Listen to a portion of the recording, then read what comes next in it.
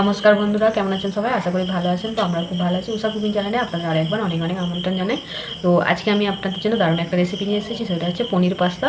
তো এটার জন্য কী কী উপকরণ নিয়েছি দেখুন। এখানে নিয়েছি বরবটি ছোটো ছোটো করে কেটে নিয়েছি, গাজর, ক্যাপসিকাম, একটা পেঁয়াজ আর কাঁচা লঙ্কা, আর এখানে নিয়েছি পাস্তা, 250 পাস্তা নিয়েছি, আর এখানে পনিরটাকেও ছোটো ছোটো করে কেটে নিয়েছি। তো এটা কিন্তু দারুণ লাগে খেতেই পনির পাস্তাটা। ছোটো থেকে বড় সবারই কিন্তু খুব পছন্দ হবে, আর খুব সহজভাবে করব, সিম্পলভাবে করব। তো আপনারা পুরো ভিডিওটা দেখুন, খুবই ভালো লাগবে। তো এখানে আমি আগে জল গরম করে নেব, পাস্তাটাকে সেদ্ধ করে নেব।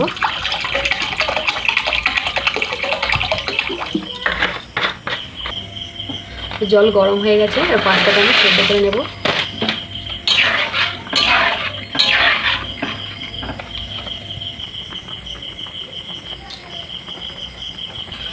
তো পাস্তাটা আমার ভালোভাবে সেদ্ধ হয়ে গেছে দেখুন। তো আমি এটাকে নামিয়ে নেব। কড়াই সাদা তেল দেবো, পনিরটাকে ভালো করে ভেজে নেব, তেলটাকে ভালো করে গরম করে নেব।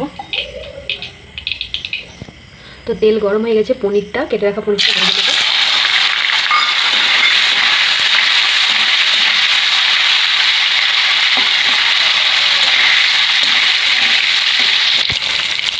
তো পনিরটা আমার এখানে ভাজা হয়ে গেছে, তো তুলে নেব।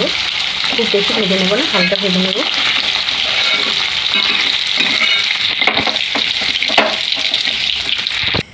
তো ওই তেলের মধ্যে আগে আমি বরবটিটা ভেজে নেব। তো বরবটিটা আমি ভেজে নিয়েছি, আর বরবটিটা আগে না ভাজলে বরবটিটা কাঁচাই হয়ে যায়। তো অল্প একটু ভেজে নিয়েছি। এবারে যে কেটে রাখা গাজর, ক্যাপসিকাম, পেঁয়াজ আর কাঁচা লঙ্কাটা দিয়ে দেবো। ভালো করে একটু ভেজে নেবো সব কিছু।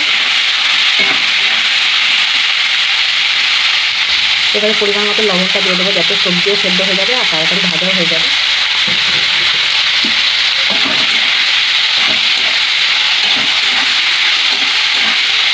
সোজা আলো হয়ে সবজিগুলো দেখুন ভালোভাবে ভাজা হয়ে গেছে। এবারে আমি সেদ্ধ করে রাখা পাস্তাটা দিয়ে দেবো। তো খুব হালকা জালে এটাকে ভালো করে নেড়ে চেড়ে দেবো, নাহলে জড়িয়ে যাবে কড়ার মধ্যে।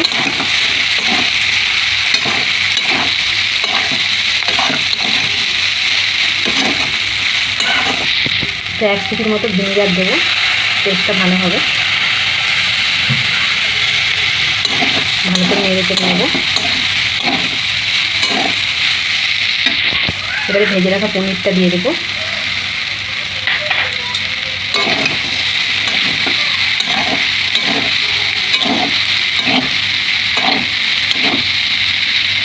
তো হালকা জালে একটু ভেজে নেব।